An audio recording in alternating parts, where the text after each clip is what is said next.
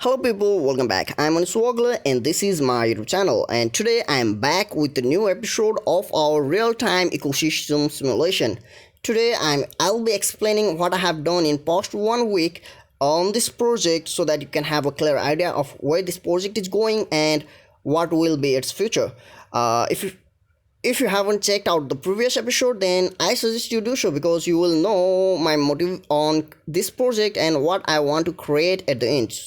And also 99.3% of you haven't subscribed to me yet, so I highly recommend you go down there and smash that subscribe button because you are the one who will keep motivating me creating this content. And if I'm not motivated, if I'm not excited the way I am right now, then this project might not even get to the finish. So please do subscribe and motivate me creating this content till the end. Now that you have, let me show you what I have done so far in this 1 week. At first, in my previous episode, as you have already seen, I created a new project. I created a basic environment. I created my character and gave him basic ability to move and walk in our arena. So in this episode, after completing this much, what I have done is implemented the health and death system. That means now if we go to our player scene, you can see that we have our player or our mob or our AI, and it has now health bar. And if I play this scene, you can see that its health decrease over time, and slowly but surely its health go to the zero, and once its health drop down to the zero, it basically dies. To see, let's just wait for a few seconds. And now it's zero and player is gone. Boom, he is dead. Also, I implemented the food for our mob to eat so that it can eat it and regain certain portion of its health back. As a modeling standard, it is quite basic because I just implemented one spear with green color, but you know, grass is green, food is green. That's all.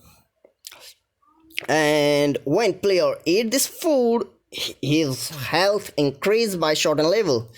And the last thing what I did is give our player vision so that it not just randomly roam around in the arena, but when it sees the food, it goes toward it and try to eat the food before its other competitor eat it.